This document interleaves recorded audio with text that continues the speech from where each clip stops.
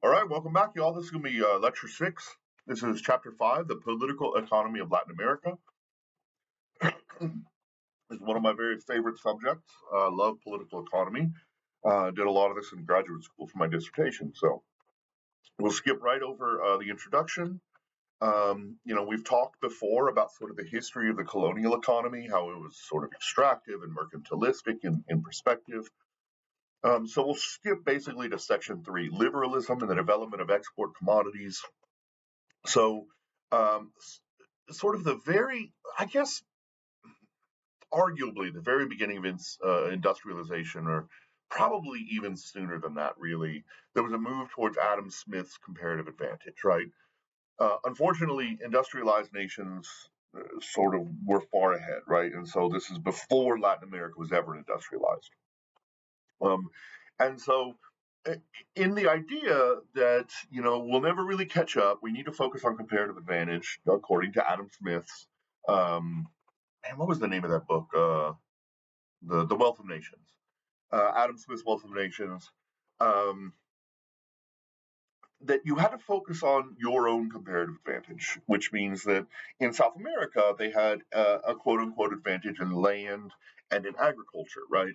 And so they focused very much on ranching and on these monocultures that we've talked about, or maybe a biculture like bananas and sugar, or coffee and tobacco, or whatever it was. And there's even a nice, cool chart in there of sort of how monoculture or biculture many of these nations used to be.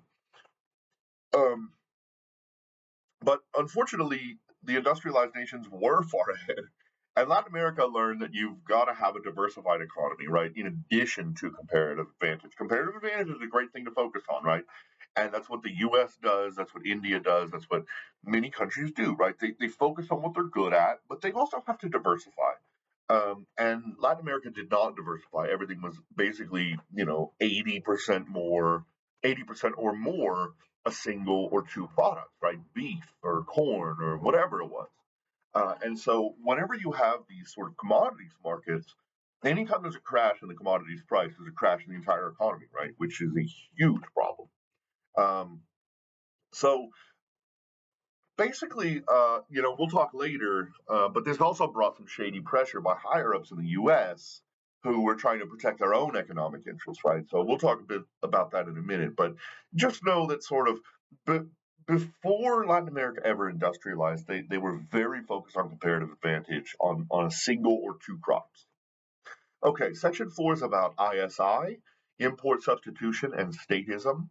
So this was from a very famous Latin American economist named Raul Prebisch, who was 100% wrong and screwed up the entire continent. So he he basically took this terrible approach, right? And he said, okay, Latin America needs to. Oh man, those dogs are driving me crazy. Hang on, I'm gonna go inside.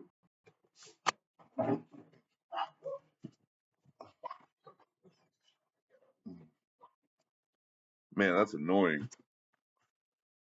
Okay, so basically, Prebisch said that we have to invest heavily in technology and capital, right? And we're going to use tariffs and protectionism to develop our own interior economies, right? We're gonna substitute all of the imports that we're buying right now: cars, TVs, refrigerators, telecommunications equipment, etc. We're going to buy all of the technology it takes to build those things ourselves. We're going to put high tariffs on any products that are going to be tried to be imported now, and we're going to dump billions of dollars into these chosen industries that we want to be able to compete eventually in the market. Uh, it went decently for the first 20 years or so. There was really good growth in the 40s and 50s. But this also went really heavily against sort of the neo-lib model, the export-oriented approach taken by South Korea, Japan, China, Vietnam, parts of Europe, etc. And this starts to collapse heavily in the 1960s, right?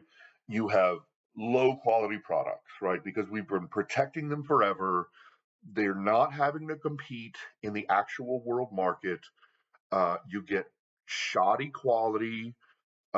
produced by cronies and people who don't know what they're doing. They could never compete with market-oriented states' products, right? So they can't ever, at this point, reduce their tariffs and start competing because they're way behind. They're not improving their technology, right? Because they don't actually have to compete in the real market. There's an artificial market set up by each national state. Um, their stuff is getting more and more expensive, and yet worse and worse products. And the states are becoming highly, highly debt ridden because they've been borrowing billions and billions of dollars to invest in all of this tech and the capital involved, right? Like the factories, the equipment, all of this stuff. Um, and so it basically everything blows up in their face in the 70s and 80s, basically. And you see huge debt crises. And Mexico was kind of did better afterward because of their proximity to the U.S., but this was pretty devastating to everyone in Latin America. Okay, Section 5 is about debt and the Latin America's lost decade. So all of this accumulated debt, like we were just talking about, from the 60s and 70s to try to dig themselves out of the ISI hole, came due in the early 80s, right? Mexico stops their debt payment. I think it was like 1983 for the first time in Latin America. Um, and basically it spreads all over Latin America. And you see debt payment contagion, right? Where all of these Latin Americans countries stop paying the payments on their IMF and World Bank debt. You get capital flight, right? Everybody pulls their investments out of Argentina, out of Mexico, out of Brazil, and they put them into the U.S. market and European markets. The currencies of those countries just completely collapse because most of them have been floating and not pegged to the dollar, and hyperinflation kicks off, right? And so you literally see 100,000% hyperinflation in places like Argentina. The IMF, the World Bank, and the US step in and they say, all right, we're forcing neoliberalism, or the Washington Consensus, whatever you want to call it. And this is from economist John Williamson. I think he was from Harvard. And he says there's 10 rules, right, to neoliberalism that you must follow if we're going to help you dig yourselves out of this crap, right? It says number one, fiscal discipline. You got to stop spending so much. Number two, you've got to redirect public expenditure priorities towards fields offering high economic returns and the potential to improve income distribution, right? So they're talking about primary healthcare, primary education, strong infrastructure projects. Number three, you've got to have tax reforms, right? You've got to lower the taxes on the rich, increase the taxes on the poor so that at least poor are paying something, right? Because most of them aren't even collecting. Okay, let's see. Number four, you've got to have interest rate liberalization, right? So you have to have a private Federal Reserve that cannot be influenced by the president. You can't be dropping rates just because an election is coming because you want an economic stimulus. That is really problematic in the long run, right? Number five, you've got to have a competitive exchange rate, right? You've got to open up your currency to the market.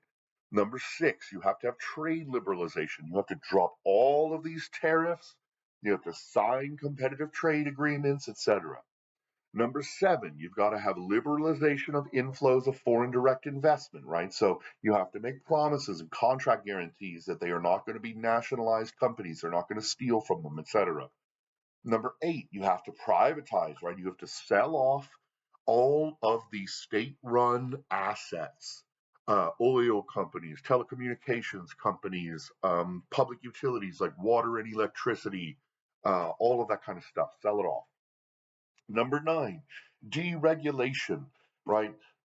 Try to tear down some of the regulations that exist to make it easier to get a business contract, to make it easier to operate a business, to make it easier to get foreign direct investment in the country, to make it easier for investment. And then finally, secure property rights, right? You have to strengthen the courts. You have to guarantee that you're not going to nationalize or expropriate. Okay, Section 6, free trade, globalization, and their discontents. So, the important starting point here is NAFTA, 1992. Canada, Mexico, and the US all sign a trade agreement called NAFTA, the North American Free Trade Agreement.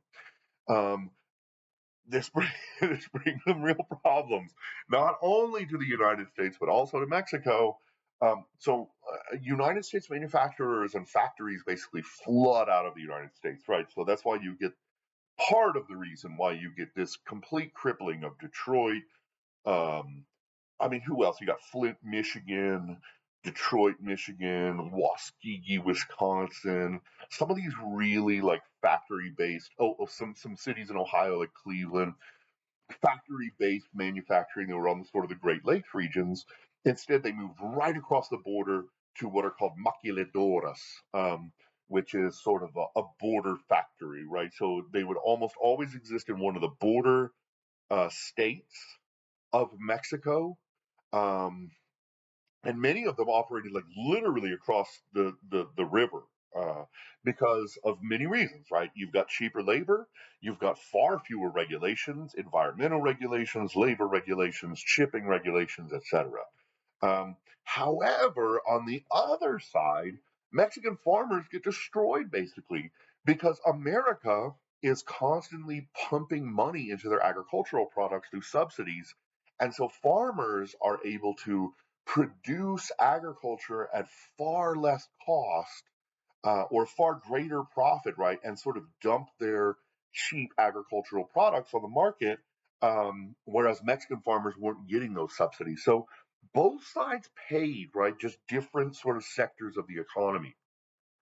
Um, at this point, Fidel Castro and Hugo Chavez of Venezuela get together and they're like, hell no to NAFTA. We're going to fight against that. And so they create sort of their own competing trade agreement. It didn't last very long and it was not very successful. But, we have seen more of that pushback from not only Cuba, and sort of the corridor states, but also countries like Brazil, Argentina, South Africa, these sort of middling states that don't necessarily want to be under China's influence or the US's influence. So they're trying to fight their own sort of middle way, as I've seen some people call it, some researchers. Okay, let's see, we still have really high unemployment, very high poverty, very high inequality, and poor outcomes in many of these countries. Things are improving. That's not my main point. It's just that things are still uh, not great. And the inequality might even be getting even worse because the poor obviously are not going to be able to buy a nationalized oil company, right? The rich got richer, because they were able to buy. And so we saw the same thing in countries like Russia when they nationalized their industries. Um, we also saw mass immigration and remittances. So this used to, in the sort of mid to late 90s and early 2000s, be a lot of Mexicans. And like we've talked about formerly, now it has shifted to the sort of central corridor and northern South American countries. So Venezuela, Guatemala, Honduras, El Salvador. Those are the ones flooding into Mexico and then many of them moving further on into the United States and even into Canada. Okay, section 7. This is the last section. Towards sustainable development, I thought we would at least mention the UN's Millennium Development Goals. I think these were signed in 2000, and sort of every 10 years they update them. So the first is to eradicate extreme poverty and hunger, and these are worldwide goals, right? Global goals. The second is to achieve universal primary education. Both of these have improved in Latin America. The third is to promote gender equality and empower women. I would argue this has also been, it's not perfect, but it has gotten better since 2000.